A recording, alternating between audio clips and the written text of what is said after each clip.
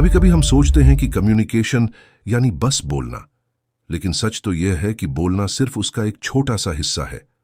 असली कम्युनिकेशन तब होता है जब आपकी बात सामने वाले के दिल तक पहुंचती है। बहुत से लोग दिन भर बोलते रहते हैं, पर उनका संदेश कहीं खो जाता है क्योंकि वे यह नहीं समझ पाते कि कम्युनिकेशन का मतलब शब्द नहीं, असर होता है। किसी ने बहुत खूबसूरती से कहा है, लोग तुम्हारी बातें भूल सकते हैं, लेकिन उन्हें यह याद रहता है कि तुम्हारी बातों से उन्हें कैसा महसूस हुआ। यही कम्युनिकेशन का सार है। जब कोई व्यक्ति बातचीत करता है तो वह सिर्फ शब्द नहीं भेज रहा होता, बल्कि अपने विचार, भावनाएं और अनुभव बांट रहा होता है।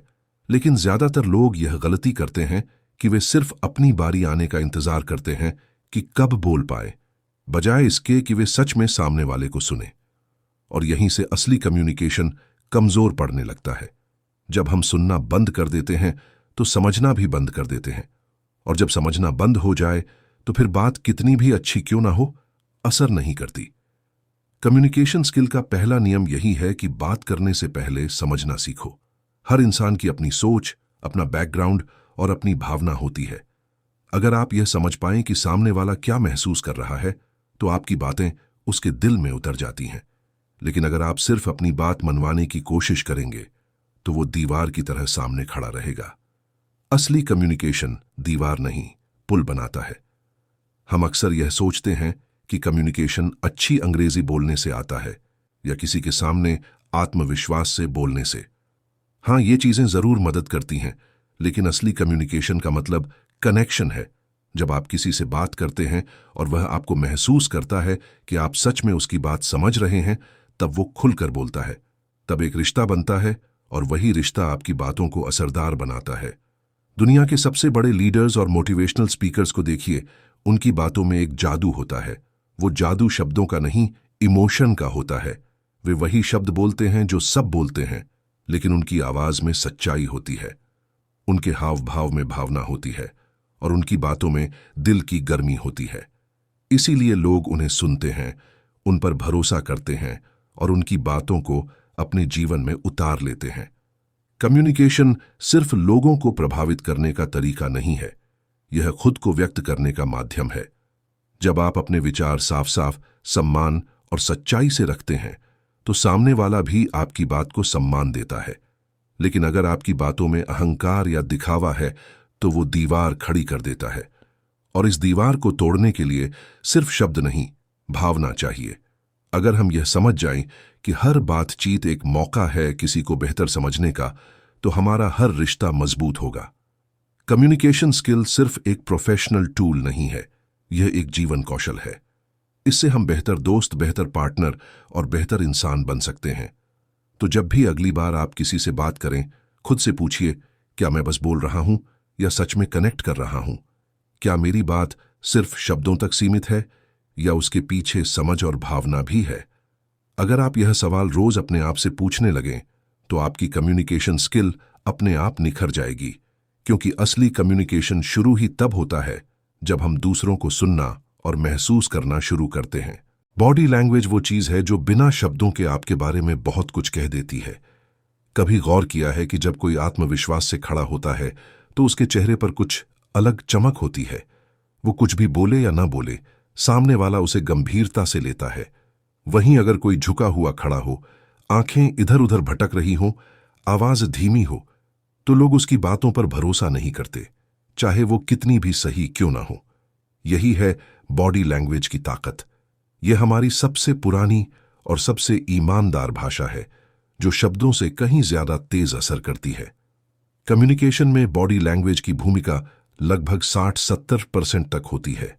यानी जब आप किसी से बात कर रहे हैं, तो आपकी आंखों का संपर्क, आपके हाथों की हरकत, आपकी मुद्रा और यहां तक कि आपके चेहरे का हाव भाव भी यह तय करता है कि सामने वाला आपकी बात को कितनी गंभीरता से लेगा। सोचिए, अगर आप किसी को मैं बहुत खुश हूं कहें, लेकिन चेहरे पर मुस्कान न हो, तो सामने वाला क्या मानेगा? शब्द कुछ और कह रहे हैं, लेकिन शरीर कुछ और। यही असंगति भरोसा तोड़ देती है। एक अच्छा कम्युनिकेटर वह होता है जिसकी बॉडी लैंग्वेज उसके शब्दों से मेल खाती है।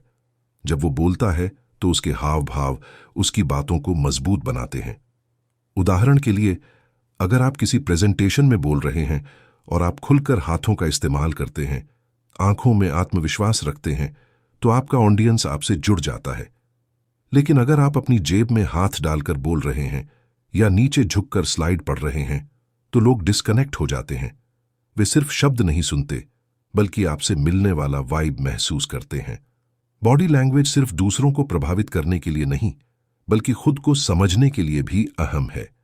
अगर आप लगातार झुककर चलते हैं या बात करते समय आंखों में नहीं देखते, तो यह बताता है कि अंदर कहीं न कहीं आत्मविश्वास की कमी है। लेकिन जब आप सीधा खड़े होते हैं, गहरी सांस लेते हैं और मुस्कुराते हैं, तो आपका दिमाग खुद को सिग्नल देता है कि मैं तैयार हूं, मैं आत्मविश्वासी हूं। यानी बॉडी लैंग्वेज सिर्फ दिखाने का टूल नहीं, आत्मविश्वास बढ़ाने का हथियार भी है। कभी कभी हम यह भूल जाते हैं कि चुप्पी भी एक कम्युनिकेशन होती है। जब आप कुछ नहीं बोलते लेकिन आपकी आंखें बोल रही होती हैं, तो सामने वाला सब समझ जाता है। किसी को ध्यान से सुनते समय सिर हिलाना, हल्की मुस्कान देना या आंखों से एक्नॉलेजमेंट देना, ये सब छोटे छोटे जेस्चर्स होते हैं जो दिखाते हैं कि आप जुड़े हुए हैं। यही जुड़ाव किसी भी बातचीत को मीनिंगफुल बनाता है। अगर आप अपनी बॉडी लैंग्वेज सुधारना चाहते हैं, तो पहले अपने शरीर की जागरूकता बढ़ाइए। जब आप बात करते हैं, तो खुद को रिकॉर्ड करें और देखें कि आप कैसे बैठते हैं, कैसे हिलते हैं, आपकी नजरें कहाँ जाती हैं। धीरे धीरे आपको पता चलेगा कि कौन सी हरकतें आपकी बात को कमजोर कर रही हैं और कौन सी उसे और प्रभावशाली बना रही है। एक और सरल तरीका है मिरर प्रैक्टिस। आईने के सामने खड़े होकर अपने चेहरे और हाव भाव को देखिए, मुस्कुराकर बोलिए, अपने जेस्चर्स पर काम कीजिए। आप देखेंगे कि आपका कॉन्फिडेंस धीरे धीरे बढ़ रहा है। और याद रखिए, बॉडी लैंग्वेज में सबसे बड़ी बात सच्चाई है। बनावटी जेस्चर्स कभी लंबे समय तक असर नहीं करते। अगर आपकी बॉडी लैंग्वेज ईमानदार है, आप सच में सामने वाले को समझना चाहते हैं, उसकी बातों में दिलचस्पी दिखा रहे हैं, तो आपका शरीर अपने आप उस भावना को व्यक्त करेगा और सामने वाला उस सच्चाई को महसूस करेगा। तो अगली बार जब आप किसी से बात करें, तो सिर्फ यह मत सोचिए कि क्या बोलना है, यह भी सोचिए कि कैसे बोलना है। आपकी आंखें, आपकी मुस्कान, आपका पोस्चर, ये सब मिलकर आपकी बातों को ताकत देते हैं। असली कम्युनिकेशन सिर्फ शब्दों से नहीं, बल्कि पूरे शरीर से होता है। और जब आपकी बॉडी आपकी बातों का साथ देती है, तब आपके शब्दों में एक नई जान आ जाती है। आप क्या बोलते हैं, ये तो जरूरी है ही, लेकिन उससे कहीं ज्यादा मायने रखता है कि आप कैसे बोलते हैं। आपकी आवाज, उसका टोन, उसकी लय, ये सब मिलकर आपकी बात को या तो असरदार बना सकते हैं या बिल्कुल फीका कर सकते हैं। कम्युनिकेशन में शब्दों का असर सिर्फ 7% तक होता है। बाकी 96% असर आता है आपकी आवाज, बॉडी लैंग्वेज और टोन से। इसलिए अगर आप यह समझ जाएं कि अपनी आवाज को कैसे इस्तेमाल करना है, तो आपकी बातों की ताकत कई गुना बढ़ सकती है। कभी किसी ऐसे इंसान को सुना है जो बहुत साधारण बातें कहता है, लेकिन उसकी आवाज में इतनी गर्माहट होती है कि आप खुद ब खुद उसकी तरफ खिंच जाते हैं। या फिर किसी ऐसे व्यक्ति को देखा है जो सही बात कह रहा है, लेकिन उसकी टोन इतनी ठंडी या रुखी होती है कि सुनने का मन ही नहीं करता। यही फर्क टोन का होता है। टोन सिर्फ आवाज नहीं है, वह आपकी भावना का संकेत है। अगर आपकी आवाज में सच्चाई, जोश और ईमानदारी है, तो आपके शब्द सीधे दिल में उतरते हैं। लेकिन अगर उसमें झिझक, डर या अहंकार झलकता है, तो सामने वाला तुरंत पकड़ लेता है। आपकी आवाज आपके आत्मविश्वास की झलक होती है। जब आप आत्मविश्वास के साथ बोलते हैं, तो आपकी आवाज खुली, साफ और स्थिर होती है। वहीं अगर आप असुरक्षित महसूस कर रहे हों, तो आपकी आवाज कांपने लगती है या बहुत धीमी हो जाती है। इसलिए बोलने से पहले अपने मन को शांत करना जरूरी है। गहरी सांस लें, अपने विचारों को सुलझाएं और फिर बोलें। आपकी आवाज तभी स्थिर और प्रभावशाली बनेगी जब आप अंदर से स्थिर होंगे। आवाज में विविधता, वेरिएशन भी बहुत जरूरी है। मोनोटोन यानी एक ही टोन में लगातार बोलना सबसे बड़ी गलती है। चाहे आपकी बात कितनी भी रोचक क्यों ना हो, अगर आपकी आवाज में उतार चढ़ाव नहीं है, तो लोग बोर हो जाते हैं। कोशिश करें कि जहां जो भावना जरूरी है, वहां उसी के अनुसार टोन बदलें। अगर कुछ उत्साहजनक कह रहे हैं, तो आवाज में एनर्जी लाएं। अगर कुछ गंभीर बात कह रहे हैं, तो धीमी और स्थिर टोन अपनाएं। यही वो चीज है जो आपकी बातों को जीवंत बनाती है। आपकी आवाज का स्पीड और पॉज भी उतना ही मायने रखता है। अगर आप बहुत तेज बोलते हैं तो लोग आपको समझ नहीं पाते। अगर बहुत धीरे बोलते हैं तो बोर हो जाते हैं। सही रफ्तार वही है जिसमें आप आराम से सांस ले सकें और सामने वाला आपकी बातों को एब्जॉर्ब कर सके। और बीच बीच में पॉज देना मत भूलिए। पॉज एक जादू की तरह काम करता है। यह न सिर्फ आपको वक्त देता है सांस लेने का, बल्कि सुनने वाले को भी सोचने का मौका देता है। कई बार साइलेंस भी उतना ही ताकतवर होता है जितना कोई शब्द। एक और चीज जो टोन को खास बनाती है वह है उच्चारण। शब्दों को स्पष्ट बोलना, उन्हें निगलना नहीं, बहुत जरूरी है। जब आप साफ बोलते हैं तो लोग आपको गंभीरता से लेते हैं, लेकिन अगर आपकी आवाज बुदबुदाहट जैसी लगे तो असर खत्म हो जाता है। इसलिए धीरे धीरे साफ और आत्मविश्वास से बोलने की प्रैक्टिस करें। आईने के सामने या रिकॉर्ड करके खुद सुनिए कि आपकी आवाज कैसी लगती है। शुरुआत में अजीब लग सकता है, लेकिन यही आपको समझने में मदद करेगा कि किन चीजों पर काम करना है। आवाज में एक और अहम चीज होती है, भावना। अगर आप सच में किसी बात पर यकीन करते हैं तो वह आपकी आवाज में झलकता है। इसलिए बोलने से पहले अपनी भावना को महसूस कीजिए। खुद से पूछिए, क्या मैं सच में इस बात को मानता हूं? अगर हां, तो आपका टोन खुद ब खुद ईमानदार और मजबूत बनेगा। जब दिल से बात आती है तो उसे पॉलिश करने की जरूरत नहीं होती, वो खुद चमकती है। टोन और आवाज को सुधारना कोई जटिल काम नहीं है, लेकिन इसके लिए अभ्यास चाहिए। रोजाना 10 मिनट तक किसी कहानी, कविता या मोटिवेशनल कोट को जोर से बोलिए। अपने टोन के साथ खेलिए। आवाज को कभी धीमा, कभी तेज, कभी भावुक बनाइए। धीरे धीरे आपकी आवाज लचीली और अभिव्यक्तिपूर्ण हो जाएगी। और जब आपकी आवाज आपकी सोच का सही साथी बन जाएगी, तब आपकी बातों का असर कहीं ज्यादा गहरा होगा। याद रखिए, कम्युनिकेशन में शब्दों से ज्यादा आपकी आवाज याद रखी जाती है। लोग यह भूल सकते हैं कि आपने क्या कहा, लेकिन यह नहीं भूलते कि आपकी आवाज ने उन्हें कैसा महसूस कराया। इसलिए अपनी आवाज को ऐसा माध्यम बनाइए जो सिर्फ सुनी ना जाए, महसूस भी की जाए। जब आपकी आवाज में सच्चाई, वार्मथ और जुनून होता है तो आपकी हर बात दिल पर छप जाती है। अक्सर लोग सोचते हैं कि अच्छा कम्युनिकेटर बनने का मतलब है कि आपको बहुत अच्छा बोलना आना चाहिए, लेकिन सच यह है कि कम्युनिकेशन की सबसे ताकतवर कला सुनने की होती है। सुनना सिर्फ कानों से नहीं, दिल से होता है।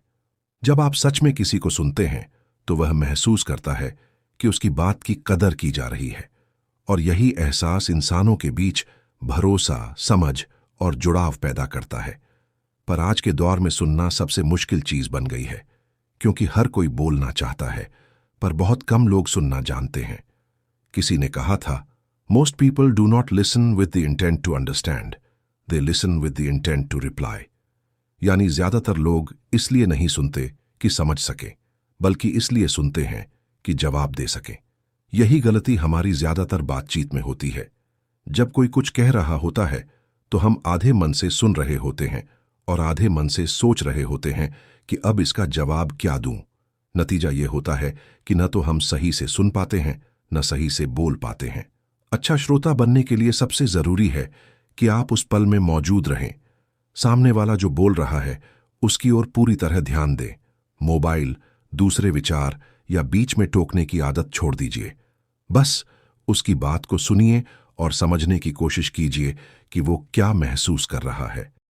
अगर आप उसकी बात को ध्यान से सुनेंगे तो आप उसकी भावनाओं को पकड़ पाएंगे और तभी सही प्रतिक्रिया दे पाएंगे। यही एक्टिव लिसनिंग कहलाता है, जब आप सिर्फ शब्द नहीं, उनके पीछे की भावना भी सुनते हैं। सुनने की ताकत यह है कि यह सामने वाले को खुलने का मौका देती है। जब कोई महसूस करता है कि आप सच में उसकी बात समझना चाहते हैं तो वो खुद को ज्यादा ईमानदारी से व्यक्त करता है। सोचिए, किसी ने आपको बिना टोके पूरी तवज्जो से सुना तो आपको कितना अच्छा लगा होगा। वही एहसास जब आप दूसरों को देते हैं तो आपके रिश्ते गहरे हो जाते हैं। यही तो असली कम्युनिकेशन है, जहां दो लोग एक दूसरे को सुनते हैं, सिर्फ बोलते नहीं। सुनना मतलब यह नहीं कि आप चुप रहें और सिर हिलाते रहें। सुनना एक एक्टिव प्रोसेस है। इसका मतलब है कि आप बीच बीच में छोटे जेस्चर्स या एक्सप्रेशन से यह दिखाएं कि आप सुन रहे हैं, जैसे हूं, समझा या हल्का सिर हिलाना। इससे सामने वाले को भरोसा होता है कि उसकी बातें आपको सच में समझ आ रही हैं, और जब वो भरोसा पैदा होता है तो बातचीत और ईमानदार हो जाती है। कभी कभी सुनना मुश्किल होता है, खासकर तब जब सामने वाला आपकी आलोचना कर रहा हो या कोई ऐसी बात कह रहा हो जिससे आप असहमत हों। लेकिन वहीं आपकी असली परीक्षा होती है। अगर आप उस वक्त शांत रहकर सुन सकते हैं तो यह आपकी मैच्योरिटी और इमोशनल इंटेलिजेंस का संकेत है। सुनने का मतलब यह नहीं कि आप हर बात से सहमत हैं। इसका मतलब है कि आप दूसरों को बोलने का हक देते हैं। ये हक देना ही इंसानियत की सबसे खूबसूरत निशानी है। एक और बात, सुनना सिर्फ दूसरों को नहीं, खुद को भी जरूरी है। कई बार हमारे अंदर बहुत शोर होता है और हमें यह तक नहीं पता चलता कि हम खुद क्या महसूस कर रहे हैं। जब आप कुछ देर अपने मन की आवाज सुनने लगते हैं तो क्लैरिटी आती है। फिर आपकी बातचीतों में भी सच्चाई झलकने लगती है। जो इंसान खुद को सुनना जानता है वही दूसरों को भी बेहतर सुन सकता है। अगर आप अपनी सुनने की क्षमता को बढ़ाना चाहते हैं तो रोज थोड़ा अभ्यास कीजिए। किसी से बात करते समय कोशिश करें कि आप उसे बिना बीच में टोके पूरा सुनें। उसकी बात खत्म होने के बाद ही जवाब दें। ध्यान दें कि उसके चेहरे, आवाज और हाव भाव में क्या छिपा है। धीरे धीरे आपकी समझ गहरी होगी और आप पाएंगे कि अब लोग आपको ज्यादा भरोसे से अपनी बातें बताते हैं। सुनना एक सॉफ्ट स्किल नहीं, एक सुपर पावर है। जो सुनना जानता है वह लोगों का दिल जीत लेता है। वो सिर्फ बातचीत नहीं करता, रिश्ते बनाता है। और याद रखिए, सुनना सीखने के लिए आपको बस एक चीज करनी है, बोलने से ज्यादा रुकना। जब आप रुकते हैं तो शब्दों के बीच की चुप्पी भी बोलने लगती है और वहीं से असली कम्युनिकेशन की शुरुआत होती है।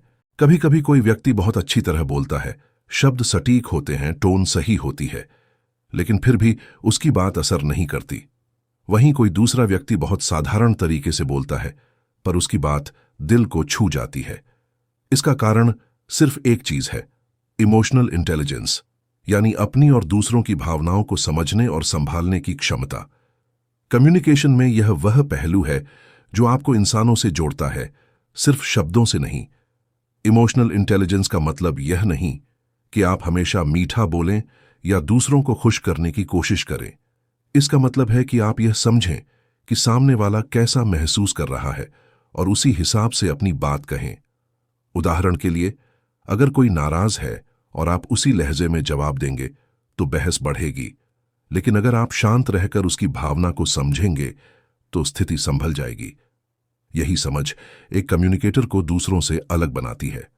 जब आप किसी बातचीत में हों तो सिर्फ यह मत सोचिए कि क्या कहना है, यह भी समझिए कि सामने वाला किस मूड में है।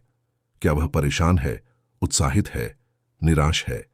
जब आप यह पहचान लेते हैं तो आप अपनी टोन, शब्द और बॉडी लैंग्वेज उसी हिसाब से एडजस्ट कर सकते हैं। यह छोटी सी जागरूकता आपकी बातचीत को बेहद प्रभावशाली बना देती है। सामने वाले को लगता है कि आप उसे महसूस कर पा रहे हैं और यही एहसास उसे आपके करीब लाता है। इमोशनल इंटेलिजेंस का एक हिस्सा सेल्फ अवेयरनेस भी है। जब आप अपनी ही भावनाओं को नहीं समझते तो दूसरों की भावनाएं भी समझ नहीं सकते। अगर आप गुस्से में हैं और उसी वक्त कोई बात कर रहा है तो आपकी बातों का असर वैसा नहीं होगा जैसा आप चाहते हैं। इसलिए सबसे पहले खुद को ऑब्जर्व कीजिए।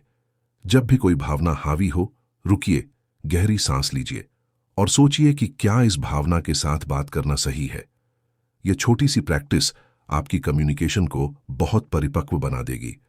इमोशनल इंटेलिजेंस यह भी सिखाती है कि हर बातचीत में सहानुभूति, एम्पैथी जरूरी है।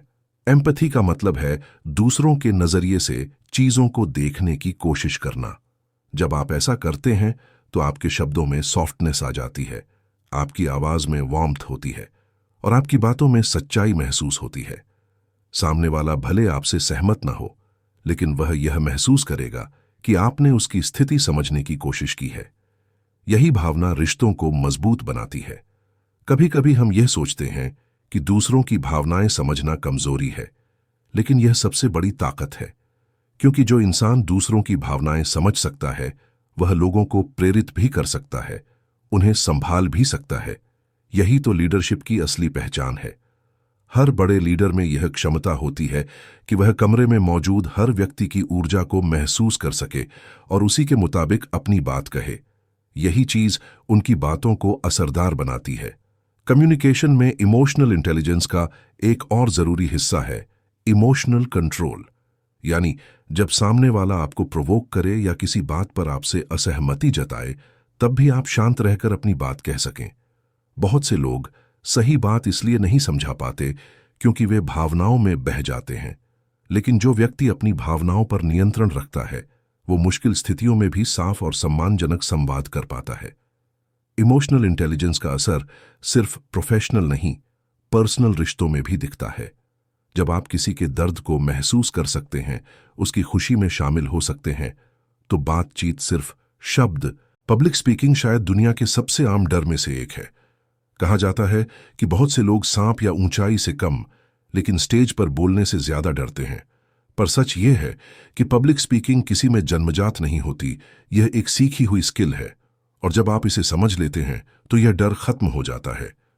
असल में पब्लिक स्पीकिंग में डर नहीं होता, बस अपने बारे में गलत सोच होती है। हमें लगता है कि सब हमें जज करेंगे, हंसेंगे या हमारी गलती पकड़ेंगे, लेकिन यह डर सिर्फ हमारे मन में होता है, हकीकत में नहीं। जब आप स्टेज पर खड़े होते हैं या किसी ग्रुप के सामने बोलते हैं, तो सबसे पहले आपको यह समझना होता है कि वहां बैठे लोग आपके दुश्मन नहीं हैं। वे आपकी गलती खोजने नहीं आए, बल्कि आपकी बात सुनने आए हैं। वे चाहते हैं कि आप अच्छा बोलें, क्योंकि तभी उन्हें कुछ सीखने या महसूस करने को मिलेगा। जब यह सोच दिमाग में बैठ जाती है तो आधा डर वैसे ही खत्म हो जाता है। पब्लिक स्पीकिंग का पहला राज है फोकस खुद से हटाकर मैसेज पर लगाओ। ज्यादातर लोग इसलिए नर्वस हो जाते हैं क्योंकि वे सोचते हैं कि मैं कैसा दिख रहा हूं, मेरी आवाज कांप तो नहीं रही, लोग क्या सोचेंगे। लेकिन अगर आप सोचें कि मुझे बस यह संदेश पहुंचाना है, तो आपका ध्यान डर से हटकर उद्देश्य पर चला जाता है। और जब उद्देश्य साफ होता है तो आत्मविश्वास अपने आप आ जाता है। दूसरी चीज जो जरूरी है वह है तैयारी। एक अच्छा स्पीकर कभी बिना तैयारी के नहीं आता। उसे पता होता है कि वह क्या कहना चाहता है, किन बिंदुओं पर जोर देना है और कहां पॉज लेना है। लेकिन इसका मतलब यह नहीं कि आप सब कुछ याद कर लें। पब्लिक स्पीकिंग में याद करने से ज्यादा जरूरी है फ्लो समझना। जब आपको अपनी बात का प्रवाह पता होता है तो आप स्वाभाविक लगते हैं और सामने वाले को भरोसा होता है कि आप दिल से बोल रहे हैं, न कि रटे हुए शब्दों में। अब बात करते हैं बॉडी लैंग्वेज और आवाज की। जब आप स्टेज पर बोल रहे हों तो आपकी मुद्रा सीधी होनी चाहिए, आंखें दर्शकों से मिलती हों और आवाज में ऊर्जा हो। चेहरे पर हल्की मुस्कान और हाथों का नेचुरल इस्तेमाल आपकी बातों को ज्यादा जीवंत बनाता है। लेकिन सबसे अहम चीज है पेस, यानी रफ्तार। बहुत तेज बोलेंगे तो लोग थक जाएंगे, बहुत धीरे बोलेंगे तो ऊब जाएंगे। बीच में सही तालमेल रखना जरूरी है, और बीच बीच में छोटे पॉज लेना, यह आपकी बातों को वजन देता है और दर्शकों को सोचने का वक्त। एक और अहम बात है शुरुआत। स्टेज पर पहले कुछ सेकंड सबसे ज्यादा मुश्किल होते हैं, लेकिन वही सबसे ज्यादा महत्वपूर्ण भी होते हैं। अगर शुरुआत में आप एक मुस्कान के साथ सांस लेकर ठीक है चलो शुरू करते हैं सोच लें, तो शरीर रिलैक्स हो जाता है। कोशिश करें कि शुरुआत किसी छोटी कहानी, सवाल या रिलेटेबल लाइन से करें। इससे ऑडियंस का ध्यान तुरंत जुड़ जाता है और माहौल दोस्ताना बन जाता है। और अगर गलती हो जाए तो तब भी कोई बात नहीं। लोग परफेक्ट स्पीकर नहीं, रियल इंसान पसंद करते हैं। अगर कुछ भूल जाए हंसकर कह दीजिए, शायद यह पॉइंट मेरे नोट्स में छूट गया। इससे लोग आपको और पसंद करेंगे, क्योंकि वे देखेंगे कि आप इंसान हैं, रोबोट नहीं। असल में पब्लिक स्पीकिंग में आत्मविश्वास का मतलब परफेक्शन नहीं, ईमानदारी है। जब आपकी नीयत साफ होती है तो गलती भी प्यारी लगती है। डर को हराने का सबसे अच्छा तरीका है एक्सपोजर। जितना ज्यादा आप लोगों के सामने बोलेंगे उतना डर कम होगा। शुरुआत छोटी जगहों से करें, दोस्तों के सामने, क्लास में या किसी छोटे ग्रुप में। धीरे धीरे आप बड़े मंच के लिए तैयार हो जाएंगे। हर बार जब आप बोलेंगे तो कुछ नया सीखेंगे, कुछ बेहतर करेंगे। यही सुधार आपकी पहचान बन जाएगा। पब्लिक स्पीकिंग का मकसद प्रभावित करना नहीं, जोड़ना है। जब आप दिल से बोलते हैं तो लोग आपको सुनते हैं। उन्हें फर्क नहीं पड़ता कि आपकी अंग्रेजी कितनी अच्छी है या आपके शब्द कितने परिष्कृत हैं। उन्हें फर्क पड़ता है कि आपकी बात में सच्चाई है या नहीं। इसलिए अगली बार जब आप किसी मंच पर जाएं, तो यह याद रखिए, आप किसी को इम्प्रेस करने नहीं, एक्सप्रेस करने जा रहे हैं। आखिर में याद रखिए, पब्लिक स्पीकिंग डर की नहीं, हिम्मत की कहानी है। जितनी बार आप उस डर के बावजूद बोलते हैं, उतनी बार आप उससे आगे निकल जाते हैं, और एक दिन वही मंच जो कभी डराता था, आपकी ताकत बन जाता है। कम्युनिकेशन में आत्मविश्वास एक ऐसा पहलू है जो आपकी पूरी बातचीत को दिशा और वजन देता है। आप कितना भी अच्छा बोल लें, अगर आपके अंदर खुद पर भरोसा नहीं है, तो सामने वाला आपकी बात पर ध्यान नहीं देगा। आत्मविश्वास का मतलब यह नहीं कि आप हर समय बोलते रहें या खुद को दूसरों से ऊपर दिखाएं। इसका असली मतलब है कि आप अपनी सोच, अपने शब्दों और अपने विचारों पर विश्वास रखें और उसे सम्मान के साथ पेश करें। अक्सर लोग यह भूल जाते हैं कि आत्मविश्वास अंदर से आता है। अगर आप खुद को नहीं पहचानते, अपनी ताकत और कमजोरियों को नहीं समझते, तो बाहरी दिखावा ज्यादा मदद नहीं करेगा। आत्मविश्वास का पहला कदम है सेल्फ अवेयरनेस, अपने आप से ईमानदार रहना। यह जानना कि आप क्या अच्छे हैं, किस चीज में सुधार की जरूरत है और क्या आपके लिए सही है। जब आप अपने आप को समझ लेते हैं, तो आपके शब्द और हाव भाव अपने आप मजबूत और स्पष्ट हो जाते हैं। मानसिक दृष्टिकोण, माइंडसेट भी आत्मविश्वास में बड़ा रोल निभाता है। बहुत लोग यह सोचते हैं कि किसी के सामने बोलने या किसी बातचीत में शामिल होने के लिए कुशल होना जरूरी है, लेकिन सच्चाई यह है कि सही माइंडसेट के साथ कोई भी इंसान अपनी बात को प्रभावी ढंग से रख सकता है। सकारात्मक सोच, यह मानना कि आपकी बात महत्वपूर्ण है और लोग इसे सुनना चाहेंगे, आपके आत्मविश्वास को बढ़ाता है। जब आप खुद को महत्व देते हैं, तो सामने वाला भी आपकी बात को महत्व देता है। आत्मविश्वास बढ़ाने का एक तरीका है प्रैक्टिस और तैयारी। चाहे वह छोटी बातचीत हो या बड़ा प्रेजेंटेशन, तैयारी आपको मानसिक रूप से तैयार करती है और डर को कम करती है।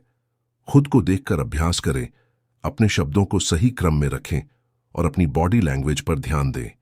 जब आप तैयारी के साथ किसी बातचीत में जाएंगे, तो आपका मन शांत होगा, आपकी आवाज स्थिर होगी और आपके जेस्चर्स आत्मविश्वासी दिखेंगे।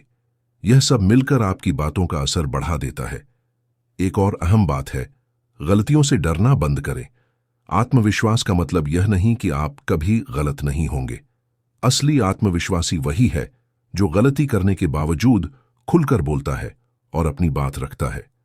जब आप अपने डर को स्वीकार कर लेते हैं और आगे बढ़ते हैं, तो आपका आत्मविश्वास प्राकृतिक रूप से बढ़ता है। यह डर और सफलता का चक्र है। जितनी बार आप कोशिश करेंगे, उतनी बार आपका भरोसा मजबूत होगा। साथ ही अपने आप को छोटे छोटे चुनौतियों में डालिए। लोगों से बात करने की कोशिश करें, नए विषयों पर अपने विचार साझा करें और प्रतिक्रिया को सकारात्मक रूप से लें। हर छोटी सफलता आपको मानसिक रूप से सशक्त बनाती है और आत्मविश्वास बढ़ाती है। धीरे धीरे यह आपके व्यक्तित्व का हिस्सा बन जाता है।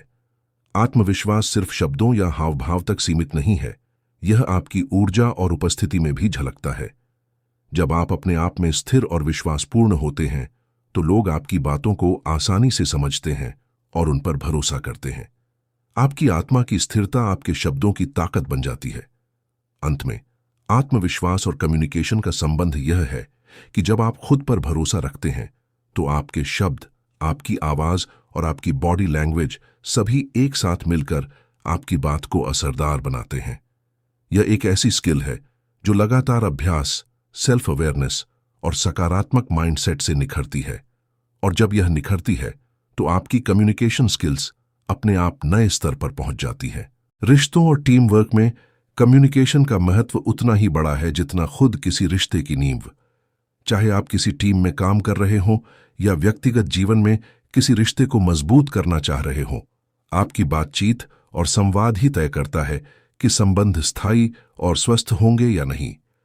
अक्सर लोग केवल अपने विचार व्यक्त करने पर ध्यान देते हैं, लेकिन असली कम्युनिकेशन वह है जो समझ, सहानुभूति और सहयोग की भावना पैदा करता है।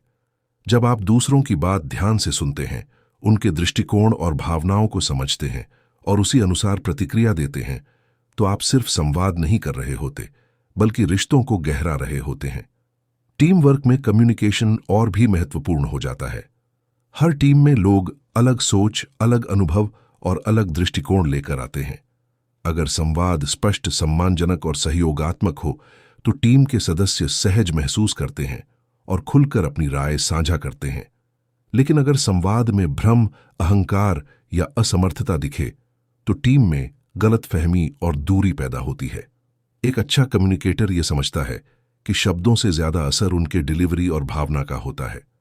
जब आप टीम के साथ जुड़ाव और भरोसा दिखाते हैं तो लोग अपनी जिम्मेदारियां बेहतर निभाते हैं और काम का माहौल सकारात्मक बनता है। व्यक्तिगत रिश्तों में भी यही सिद्धांत लागू होता है। चाहे परिवार हो, दोस्त हो या साथी हो, जब आप बातचीत में ध्यान देते हैं कि सामने वाला क्या महसूस कर रहा है तो रिश्ते में मजबूती आती है। आप केवल बोलते नहीं बल्कि सुनते और समझते भी हैं। आपकी बातों और हरकतों में सम्मान और सहानुभूति झलकती है। यही चीज किसी भी रिश्ते को भरोसेमंद और स्थायी बनाती है। साथ ही कम्युनिकेशन के जरिए टीम और रिश्तों में संघर्ष को भी प्रभावी ढंग से संभाला जा सकता है। जब आप अपनी बात को शांत, स्पष्ट और समझदारी से रखते हैं तो सामने वाला भी डिफेंसिवनेस छोड़ देता है और समाधान की ओर बढ़ता है। अच्छे कम्युनिकेटर हर स्थिति में एम्पैथी, क्लैरिटी और रिस्पेक्ट का ध्यान रखते हैं। अगर आप अपनी टीम या रिश्तों में मजबूत कम्युनिकेशन चाहते हैं तो सबसे पहले सीखिए कि सुनना और समझना प्राथमिकता है। केवल बोलने पर ध्यान न दें, बल्कि यह समझें कि सामने वाले की भावनाएं और विचार क्या हैं। जब आप दूसरों की दृष्टि को समझते हैं और अपने संवाद को उसी के अनुसार ढालते हैं तो रिश्तों में भरोसा और सहयोग स्वतः पैदा होता है। अंत में याद रखिए कि मजबूत रिश्ते और प्रभावशाली टीम वर्क केवल शब्दों से नहीं बनते, बल्कि समझ, एम्पैथी और सक्रिय संवाद से बनते हैं। जब आप इन गुणों को अपनाते हैं तो आप सिर्फ कम्युनिकेटर नहीं बल्कि कनेक्टर बन जाते हैं। यही कम्युनिकेशन की असली ताकत है। डिजिटल कम्युनिकेशन आज के समय में उतना ही महत्वपूर्ण हो गया है जितना फेस टू फेस बातचीत। चाहे यह ईमेल हो, व्हाट्सएप मैसेज हो, सोशल मीडिया या वीडियो कॉल, आपकी बात को सही तरीके से और प्रभावी ढंग से पेश करना अब हर इंसान के लिए जरूरी है। डिजिटल माध्यम में कम्युनिकेशन में सबसे बड़ी चुनौती है कि आपके शब्दों, टोन और इमोशन का प्रभाव सीमित होता है। यहां आपके शब्दों की स्पष्टता, भाषा की सरलता और सम्मानजनक व्यवहार ही आपके संदेश की ताकत बनते हैं। जब आप कोई ईमेल लिखते हैं या मैसेज भेजते हैं तो पहले यह सुनिश्चित करें कि आपका संदेश कंसाइज और स्ट्रक्चर्ड हो। जो भी जानकारी आप देना चाहते हैं उसे स्पष्ट रूप से और व्यवस्थित तरीके से पेश करें। अगर संदेश लंबा और उलझा हुआ होगा तो सामने वाला उसे इग्नोर कर सकता है या गलत समझ सकता है। सब्जेक्ट लाइन, बुलेट पॉइंट्स और प्रॉपर फॉर्मेटिंग का इस्तेमाल करके आप अपने संदेश को ज्यादा प्रभावशाली बना सकते हैं। सोशल मीडिया और चैट में टोन और न्यूआंस को कन्वे करना थोड़ा ट्रिकी होता है। लिखित शब्दों में इमोशन और कंटेक्स्ट खो सकता है, इसलिए इमोजीज, पंक्चुएशन और सही शब्दों का उपयोग करना जरूरी है। उदाहरण के लिए, अगर आप किसी को एप्रिसिएशन भेज रहे हैं तो सिर्फ गुड जॉब लिखने के बजाय थोड़ा कॉन्टेक्स्ट जोड़ें और पॉजिटिव टोन रखें। इससे सामने वाला महसूस करता है कि आपने सच में समय और ध्यान दिया। एक और अहम स्किल है प्रॉम्प्ट और रिस्पेक्टफुल रिप्लाई देना। डिजिटल कम्युनिकेशन में देर से जवाब देने या इग्नोरिंग करने से मिसअंडरस्टैंडिंग्स पैदा हो सकती हैं, चाहे प्रोफेशनल हो या पर्सनल। टाइमली रिस्पॉन्स भरोसा और रिलायबिलिटी दिखाता है। यह दिखाता है कि आप सामने वाले की बात को महत्व देते हैं और उनकी जरूरतों का ध्यान रखते हैं। सुनने का एलिमेंट भी डिजिटल माध्यम में लागू होता है। किसी ऑनलाइन मीटिंग या चैट में यह ध्यान रखें कि सामने वाले के शब्दों, सवालों और प्रतिक्रिया को पूरी तरह समझें। मिसअंडरस्टैंडिंग्स को क्लैरिफाई करें और सुनिश्चित करें कि आपका संदेश वही कन्वे कर रहा है जो आप कहना चाहते हैं। डिजिटल कम्युनिकेशन में प्रोफेशनलिज्म का मतलब रोबोटिक होना नहीं है, बल्कि रिस्पेक्टफुल, क्लियर और एम्पैथेटिक होना है। आपकी भाषा, टोन और टाइमिंग सभी मिलकर यह तय करते हैं कि सामने वाला आपका संदेश कैसे परसीव करेगा। आज के समय में डिजिटल कम्युनिकेशन स्किल का मास्टरी सिर्फ करियर में नहीं बल्कि पर्सनल रिलेशनशिप्स में भी असर डालता है। जब आप इसे सही तरीके से उपयोग करते हैं तो आपके वर्ड्स हर जगह असरदार होते हैं। लोग आपके मैसेजेस को गंभीरता से पढ़ते हैं, समझते हैं और उन पर भरोसा करते हैं।